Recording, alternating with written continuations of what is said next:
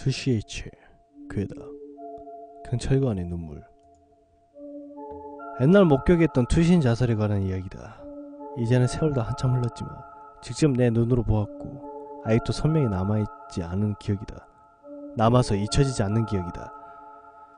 연말 어느 현 연락선 선착장 안에서 배를 기다리고 있었다. 추운 겨울바람 속에서 벤치를 앉아 바다를 멍하니 보고 있는데 문득 주차장에서 이상하게 움직이는 경차가 보였다. 주차구역에 차를 댔다가 바로 빠져나오기도 하고 주차장 안을 계속 빙빙 돌기도 한다. 뭐하는 건가 싶어서 계속 지켜보고 있자 옆에까지 차가 오더니 멈춰선다. 안에서 깡마른 중년 여자가 나왔다. 곧이어 딸인 듯한 초등학교 저학년쯤 되는 여자아이와 그보다 약간 나이가 있어 보이는 여자아이가 따라다닌다. 따라서 내렸다. 중년 여자는 딸들에게 자판기에서 주스를 뽑아준다. 자판기를 찾고 있나 싶어 나는 곧 흥미를 잃고 바다나 바라보고 있었다. 갑자기 경찰차가 주차장에 들어섰다. 선착장 건물 옆에 차가 멈추더니 안에서 늙은 경찰관과 20대 초반으로 보이는 젊은 경찰관이 내린다.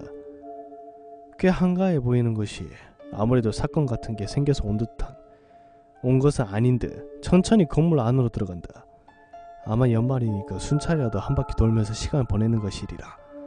슬슬 배가 올 시간도 가까운 것 같다가 나는 건물 안으로 들어가려던 참이었다.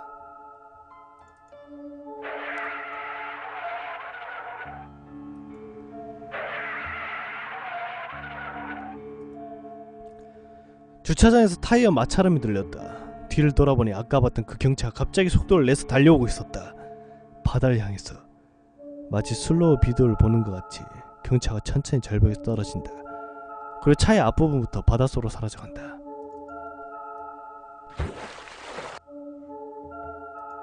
나는 한동안 멍하니 그것을 바라만 보고 있었다. 하지만 누군가가 외친 차가 바다에 떨어졌다! 라는 외침에 순간 정신을 차렸다. 주변에 있던 사람들이 차가 떨어진 절벽으로 달려왔다. 경차는 뒷부분만 수면에 내민 채 아슬아슬하게 떠있었다. 나는 어떻게 해야 할지 고민했지만 당장 내가 할 수 있는 것은 그저 파도에 이리저리 흔들리는 흰 경찰을 바라보는 것뿐이었다. 그런 사이 선착장 건물 안에서 지금과 아까 그 경찰관 2명이 달려왔다. 하지만 그 사람들이라고 해서 뭘 특별한 것이 있는 것도 아니더라. 그저 절벽에 서서 어쩔 줄 모르고 발만 구를 뿐이었다. 사람들 사이에서는 답답함과 무력감이 가득 찬 긴장만이 흘렀다. 그리고 곧 젊은 경찰관이 옷을 벗고 권총이 달린 배트를 불러 나이가 많은 경찰관에게 건넸다. 그리고 크게 한숨을 쉬더니 그대로 바다로 다이빙을 했다.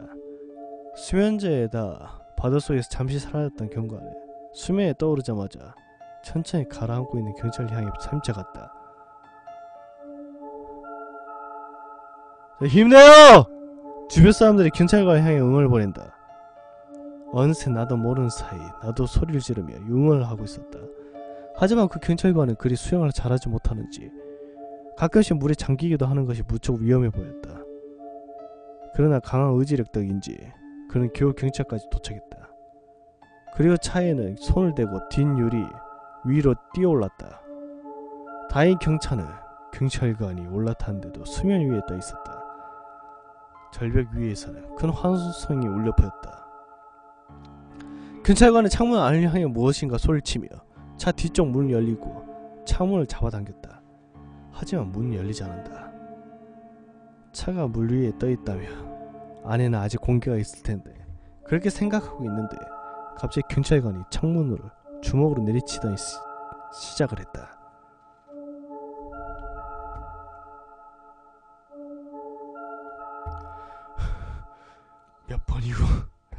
몇 번이고 저 말 들어요! 이러다 앉아요. 멀리서나마 조금씩 경찰관이 소리치는 것이 들린다. 멀리서 보아도 유리를 내리치는 경찰관의 주먹에서 피가 나서 새빨갛게 물든 것이 보였다. 그럼에도 유리를 내리치는 손은 멈추지 않았지만 창문은 점처럼 깨질 기미가 보이지 않았다. 그때 그제야 차가 물에 빠진 것을 알았는지 근처 바다에 조업을 하고 있는 어선이 빠른 속도로 다가오기 시작했다. 어선의 경찰 근처로 오면 모두 구조를 할 수가 있다. 다들 그렇게 생각한 순간 속도 조절을 잘못한 탓이었을까. 어선은 그대로 경찰에 충돌하고 말았다. 경찰관은 크게 뛰어올라가 그리고 바다로 날아갔다. 게다가 어선에 부딪힌 탓에 균형이 무너진 것인지 경찰은 급속도로 바다로 빠져들어가기 시작했다. 결국 절벽에서 지켜보던 수많은 사람들이 뒤를 하고 그 다음에 눈을 깜짝한 사이 경찰은 파도 속으로 사라져버렸다. 차에서 밖으로 나온 사람들은 없었다. 잠시 뒤 어선에 의해 구조된 경찰관이 선착장으로 왔다. 혼자 걷기도 힘들 정도로 지친 젊은 경찰관에게 모두 박수를 보냈다. 나도 손이 아플 정도로 박수를 쳤다.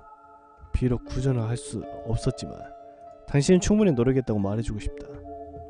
하지만 경찰관은 땅에 엎드리더니 큰 소리로 울기 시작했다. 그리고 말했다. 차 안에서 어머니가 아이들 절대 놓아주지 않았어요. 아이가 울면서 손을 내밀었는데 내가 할 수 있는 게 아무도 없었어요. 경찰관의 눈물 앞에서 누구도 뭐라고 한 말 한마디가 할 수 없었다. 여자는 남편이 바람을 피우자 인생을 피가는 나머지 딸들과 함께 투신 자살을 택했다고 한다.